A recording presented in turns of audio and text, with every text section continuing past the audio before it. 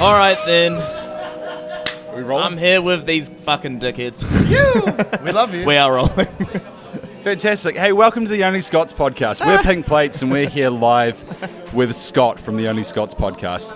And today, Take it away. Today we're going to be talking about... I love how you got notes. You got notes. Today we're going to be talking about the 1931 Nautilus expedition to the North Pole. Oh, Submarines, bitch. Submarines, bitch. Scott, just to give you a bit of a background in Please. case you weren't familiar, in No, case I'm not. you I haven't wasn't done the prepared. readings. Where are my notes? Don't interrupt me. Sorry. Sir Hubert Wilkins was an explorer around the 1930s, and he, after a series of failed attempts from previous explorers, wanted to go to the North Pole. And previous attempts had used ships. Blimps, Zeppelins. Yeah, there'd been one successful attempt by Zeppelin, but no one had set foot on the North Pole. They just flew straight over it. So he was like, Right. not good enough. We got to be the first people to And set the foot. ships were getting stuck on the ice. So Sir Hubert Wilkins had the idea of, well, look, the ships keep getting stuck on the ice. The only way to get here, submarine. Submarines, bitch. Sir Hubert Wilkins Fucking hell. was trying to fund this expedition, and he managed to lease an old Navy submarine. But the funding only went so far, and so he reached out to a company called the Hearst Enterprises, who said, look, we'll give you a $150,000 bonus. We'll pay a little bit, it was like 60 grand. But we'll give you a $150,000 bonus if you can rendezvous with our Zeppelin on the North Pole. And this is in 1932, right? So in today's money, that's 3.1 million US Yeah. dollars. Which is insane. So Now yeah, that's don't crazy to think interrupt. of back We then. had to. Okay. So he had to modify this Navy submarine, which was quite a difficult feat to do. So because it was going to encounter lots of ice, they needed a hydraulic dampener on the front in case it bumped into an ice sheet. They sense. needed to put some runners along the top of the submarine so it could Shock absorbers. slide under the ice, and drills so it could drill through the ice to get some air.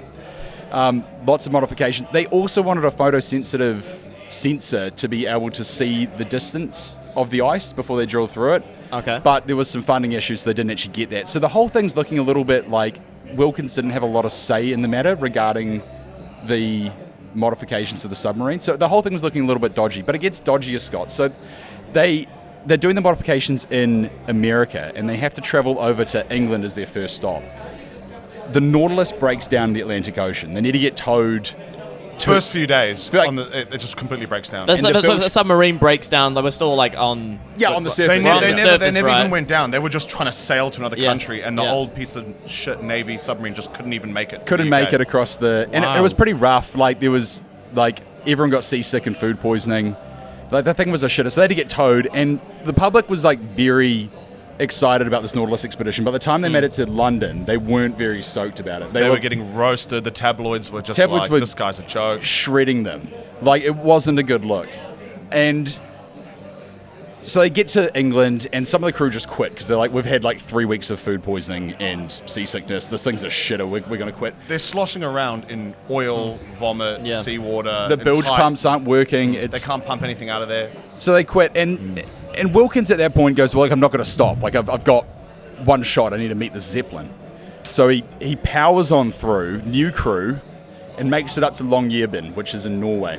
In So- Svalbard. Yes, The Svalbard. most yeah. northern settlement of human civilization, still today. Wow. Yeah. So he's up there, and that was successful. Yeah. But then as he starts approaching the ice, there's just more issues. It's the same seasickness. The bilge pumps are breaking.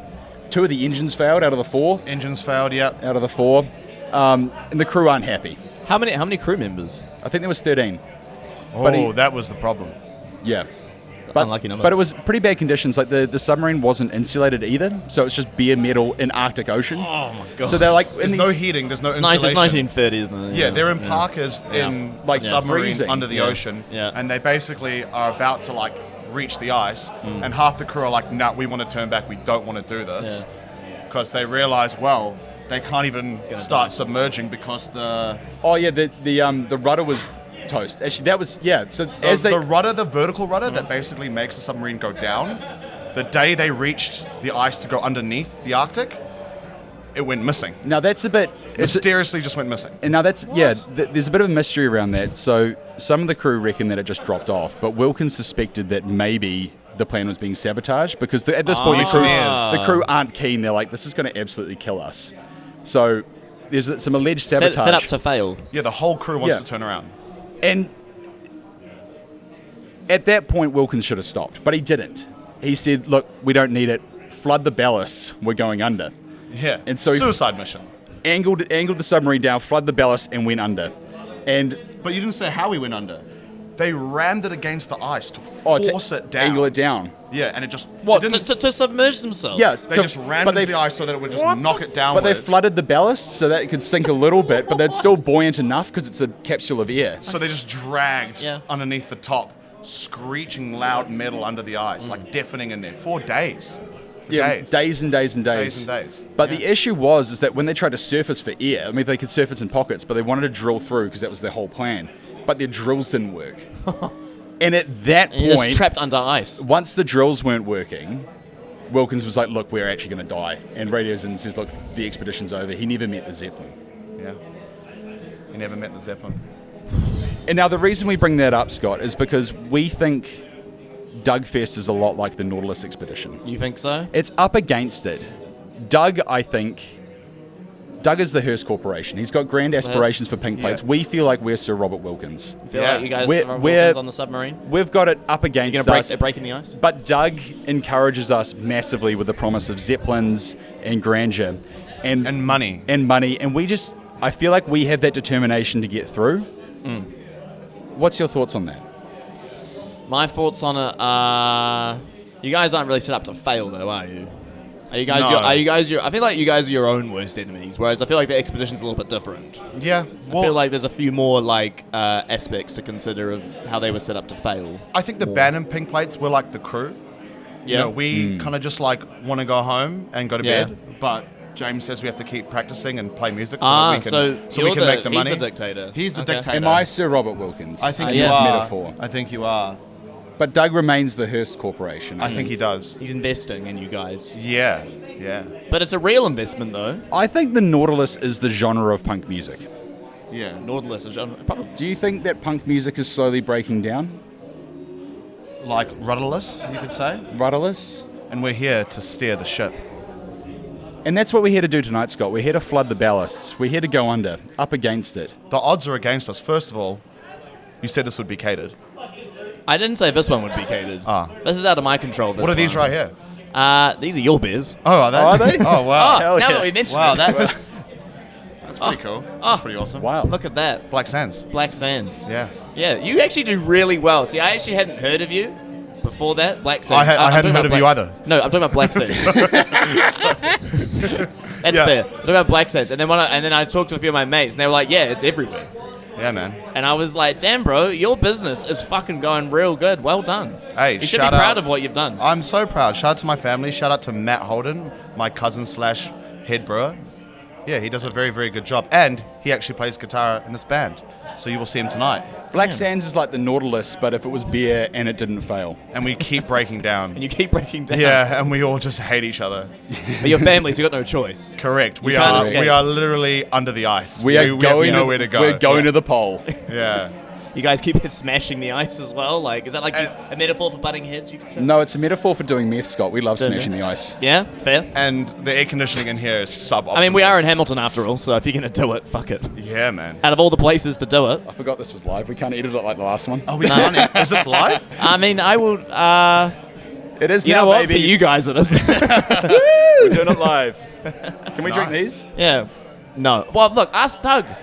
It's out of my control, man. That's fine. This is, I'm just a contractor. I'm just here to, show up and do my thing. Who are you looking forward to seeing tonight?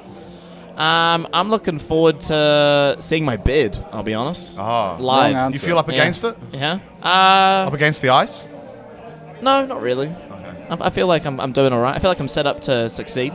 Hell yeah. Is Scott the Nautilus and Dugfest is the North Pole? I don't know. We've extrapolated so far from the original story. I don't know who I am anymore. I think we're all a little bit of Nautilus. Or a little bit. We've all got a little bit of Nautilus inside of us. You think? Life is like I think we're all life a little is bit like the Nautilus. North Pole. Life is an expedition, and we're just the Life Nautilus. Oh, but there is a happy ending to the story. So they had Thai massage on there. Well, look, they gave up, right? So they just sank the ship to the bottom of the sea and left, right, in Norway. And then 30 years later, the first ever people actually successfully did it, and they scattered his ashes on the North Pole. On the North Pole. So he did actually He made it it by submarine. Yeah, he's still there now. But they needed a Frozen. nuclear submarine. Yeah, they had to make use it. nuclear power. Yeah. So be able Pink to- Plates is actually pro-nuclear power. That's what we hear. Shout out nuclear power. Shout out nuclear power. Shout out nuclear power. Yeah, I actually yeah. think Pink Plates may not be the Nautilus. Maybe Pink Plates are a nuclear submarine. Nuclear submarine. And Doug Fest is Go deep. Greenpeace. No. No, Doug Fist is not Greenpeace because they're not trying to stop you. Yeah, you're right. Trying to help you. I'm not helping myself. Like the American government? No. I don't know. The military-industrial complex? I don't know. I reckon Black Sands beers, not the brewery, but the beers, are the Nautilus. Because I'm definitely going to sink one pretty soon. Maybe. And there we go, maybe- folks. There we maybe go. now. Oh, cheers. He's gone and he's done it. Oh, man. He's gone and done it. Well, Doug might be Greenpeace after this, you know. Yeah. beer, He bro. does look like a rainbow warrior. Cheers, Rainbow. Doug. Cheers, Doug. We that's love you. about time for us, eh? How much time have we got? So I want to ask you guys anything You're like, special. no, that's No, that's it, Scott. We're done. That's it for you guys? Yep. Nah, fuck it. What do you guys have in store for tonight? Come on. Oh, actually, we could probably... When is this getting released? Now? It's being released on Tuesday. Okay, cool. Okay. We've got some set lists for those of you that aren't here. Yeah. If you are here, you'll see them. Like, Pink Plates have a running gag of doing these funny set lists. We've had such great features such as Braille. A Braille set list is quite difficult.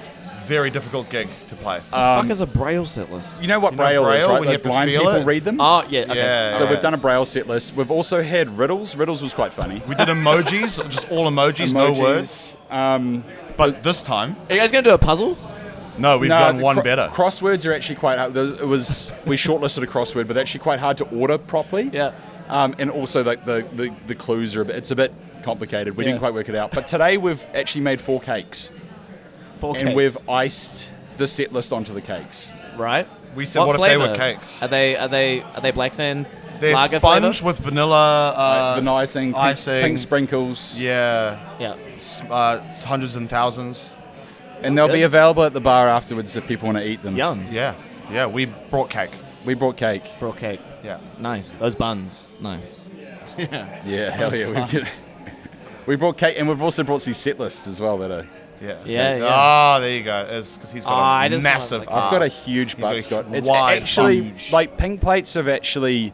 You seen Michael's bum? Yeah, we're a very well-endowed band, like with a derriere of punks. We thought about You guys are thick. we thought about Yeah. renaming ourselves to the Bunda Boys, but the Venga Boys threatened to sue.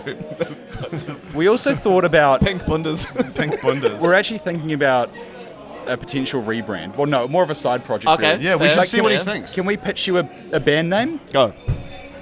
It is going to be right. Sink Pisser and the Piss Sinkers. Sink pisser and the sink pissers. Sink Or- Pisser and the Piss Sinkers. Sink pisser and the... Okay. Right. Sink Pisser and the Piss Sinkers, or Piss Sinker and the Sink Pissers, Okay. or perhaps testicular manslaughter. We haven't figured it out yet. How are those hitting for you? Testicular manslaughter. I don't think you guys are grindcore enough to be called that. Oh yeah, we need to be probably a bit heavier. What about Chick West from the Polar Express. Chick West with the Polar Express. That's cute. I kick amputees? That's punk rock. Yeah, that's pretty good. Yeah. What What about was the one that we sorted out on T-shirt? Box what about Box biter. Box Biter, but I'd still go down on a MILF. what about my mum shook hands with Robert Mugabe?